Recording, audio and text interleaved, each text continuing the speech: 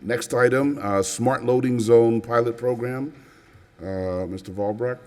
It's going to be me presenting it's you. again. Okay, thank you. All right. I have some reference materials because this is actually a very exciting project I'm bringing to you. The Smart Loading Zone Pilot Program, we executed an agreement a few months ago, and here are the details of the program itself. Okay. I do like to acknowledge that the project team is not only the City of West Palm Beach staff, but we have Coord, who unfortunately can't be here today because of travel restriction, but we have related in the audience to answer questions if needed.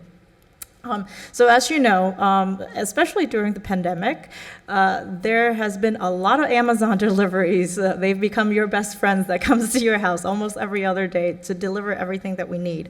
But ultimately what that caused is a lot of chaos in the way that we manage our streets. And so we came to the city a few months ago, really just to talk about how do we modernize our communication strategy, shifting from this very beautiful design parking signs to technology, an app. And so with that, in Resolution 133-22, we came with to the City Commission and to the Mayor for a Smart Loading Zone pilot program to not only increase efficiency, but enhance safety with double parking on our city streets. It is a one-year agreement with Coord, and we targeted the location at Rosemary Square. And so today I'm really going to go over what we've done up to that, up to this point, because from my last presentation, there is a commitment to come back and to really update the program and then talk about how do we set our fee structure as we're moving along. So we've been working on the program design for the past 2 to 3 months. This is one of those projects that moves very, very quick and it's very dynamic and it's exciting. The Related also has provided us with a CCD board approval just recently in November. And then here we're really just following the schedule that's being laid out, and we're going to come to you with more information and the fee resolution.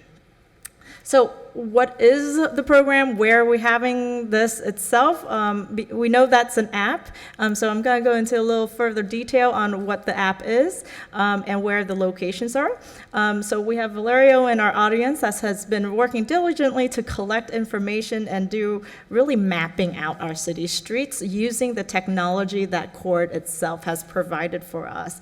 And with that, we've specifically targeted Rosemary Square, as we know that the holidays is approaching, and we know that there's going to be a lot of drop-off and pickups in this area.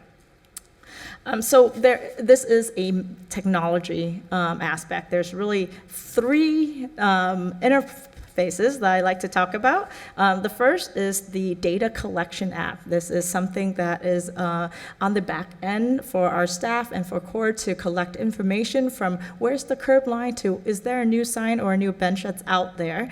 It becomes a really challenging project for us because it's a curbless street, so it's not a traditional type of street. But we were able to use the collector app to import information. The other app that they have is the Coord Driver app itself. It is not only a reservation program or reservation apps for, and we're targeting UPS, FedEx, Amazon drivers here, is really for them to reserve a spot before they come. So there's always confidence that there is loading zone available. And then lastly, there is a Coord Inspector app. So our inspection has traditionally been somebody traversing and walking the streets to see if somebody is there and the meter is expired. With the Coord Inspector app, it actually is a back end that you can download on the existing cell phone that our parking enforcement officers has. And then it really tells you if somebody's there or somebody overstays, so it pings the inspectors to go and enforce. And then, of course, one of the things that we've been doing as we're designing the program is testing the battery life, because this is an app that's running to the back end.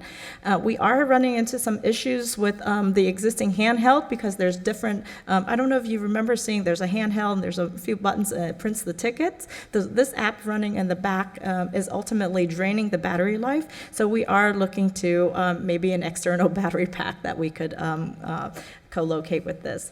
We are going to talk about sensors in a little bit because, as you see earlier with the iSense project, we are also using sensor technology here.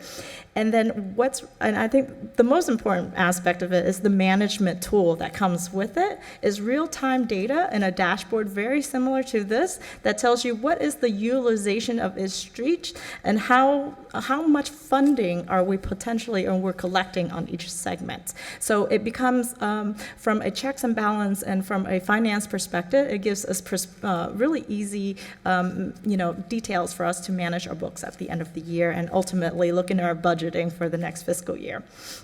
And then what we're looking at is, and we'll talk about in a little bit about peak hour usage, as everything like cars and delivery, there's peak hours and low hours during the day. So we definitely want to have the ability to increase and decrease as it's going to turn over demand. So here is a few image of the sensor, a little bit different from what you've seen before. It is as small as a small pancake, and it's very easy to install. There's going to be some brackets on the existing poles, but ultimately it's a puck on the ground. That's the sensor itself.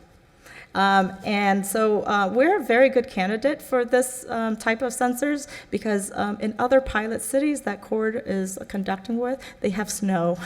And so because we're in good weather, outside a little rain here and there, this is a very good candidate for us. Within the package that I left you has really a lot of details on specification. The sensor itself is because Coord is backed by Alphabet Mobility Lab. This is the same technology out of Sidewalk Labs, excuse me. So I'm just going to walk through step by step on how a driver and a user would be using this. We have videos of this already that's going to be out on our website. But ultimately, a driver will pull up into a loading zone. They're going to see a QR code or and if you guys have not used a QR code, I've been using a lot of it now during the pandemic. You can scan it and it gets you to the app for you to download. And you enter in your information as you sign up. And it really tells you what type of vehicle and all the available real-time available spaces in that area. You can reserve it ahead of time, right? So that you don't have to really find for a parking spot right when you get there. And then it alerts the enforcement officers that there are reservations in the area as well. If everybody I'd like to do an exercise with you. You have your cell phone out. Please text to 855-545-0602. And this app will pop up. And this number is live for West Palm Beach right now. What's that number again? The 855-545-0602. And this will have, the booking app will come up. 0602. Yeah.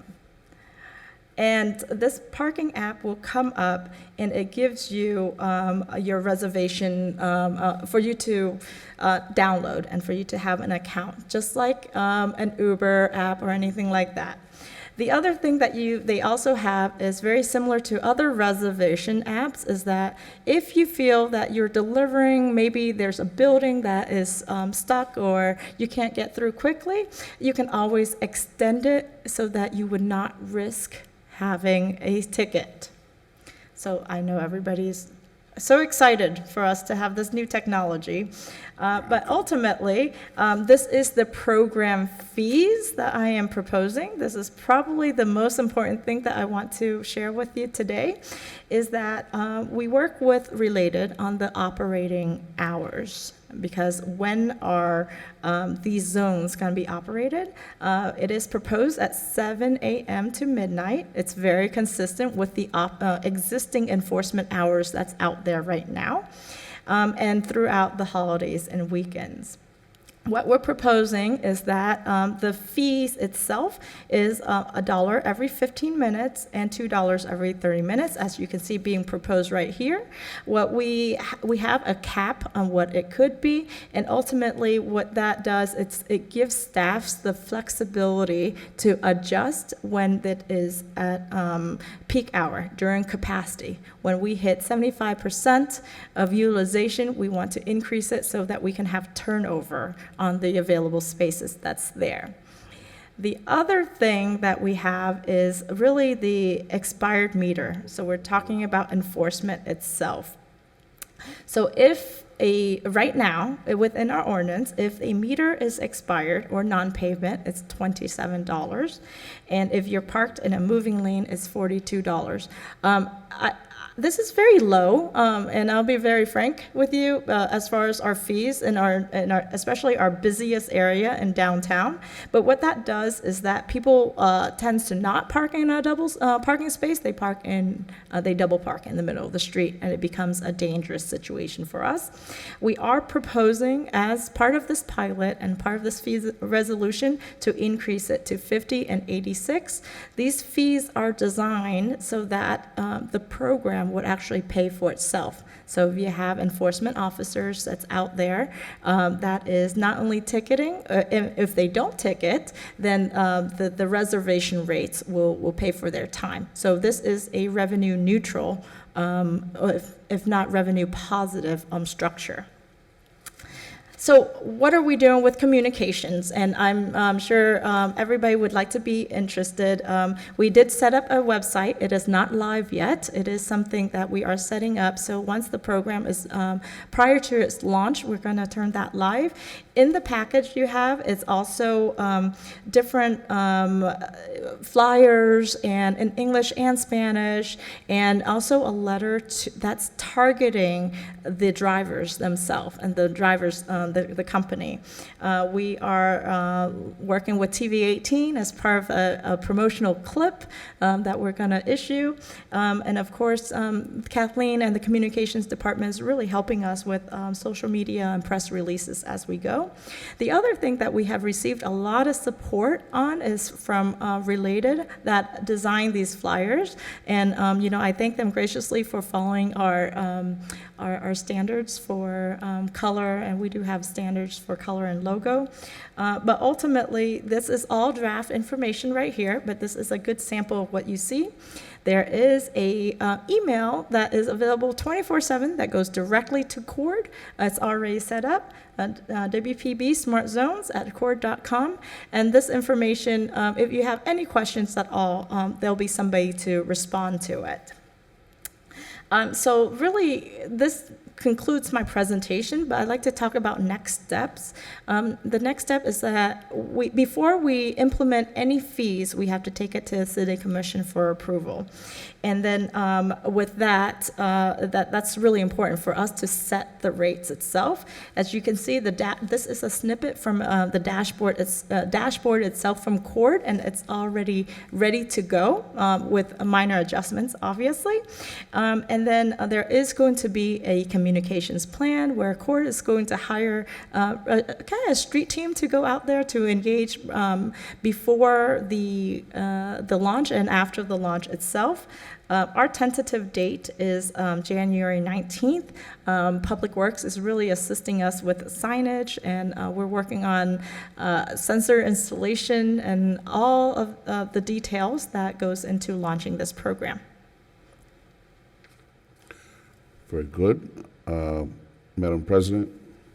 Thank you, and thank you for this presentation.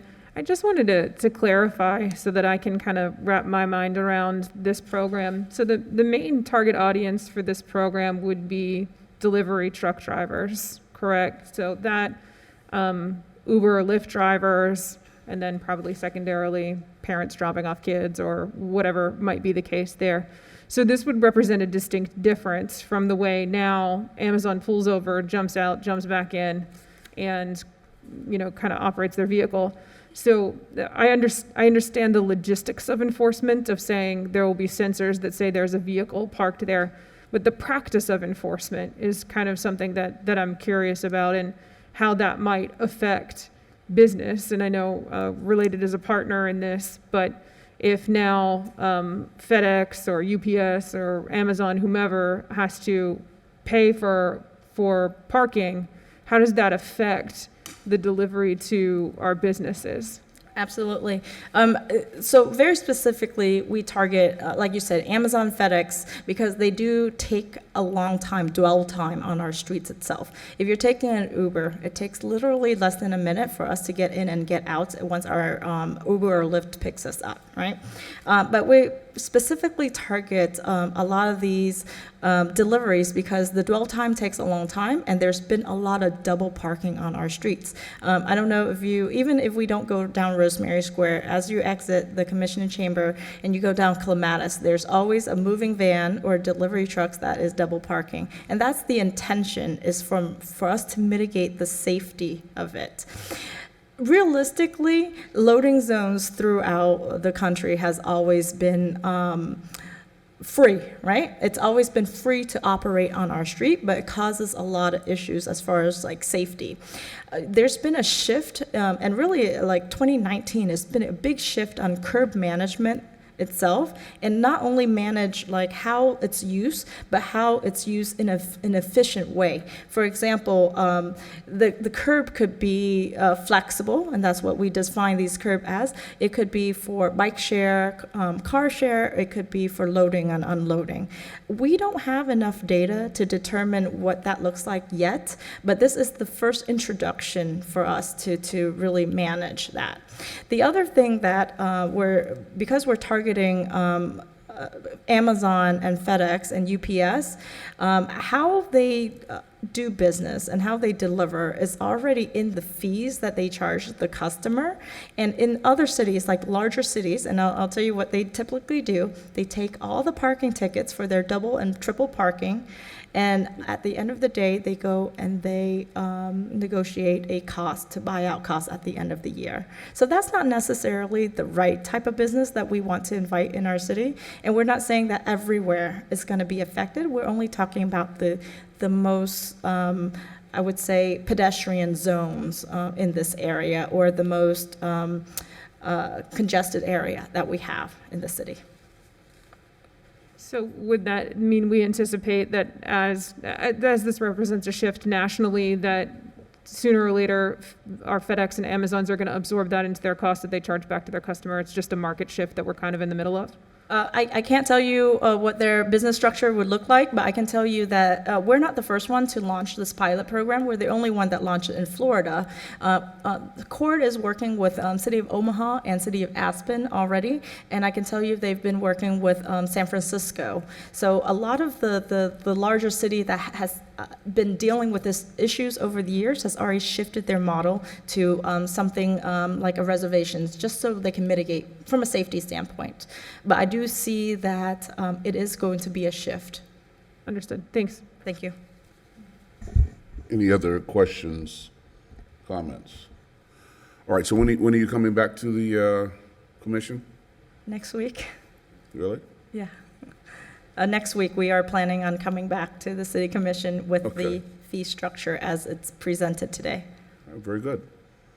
All right, thank you for the presentation. Look forward to hearing more. This looks like a pretty exciting program. Although when I dialed in that number and did the WPB thing, nothing happened. Yeah. What was supposed to happen? You're supposed to get a link, but no, it did not work. Then I will make sure that it's available. When I noticed there's a typo, it's the last two numbers on the slide said 02, and then later on, down below, it said the last two numbers were 22.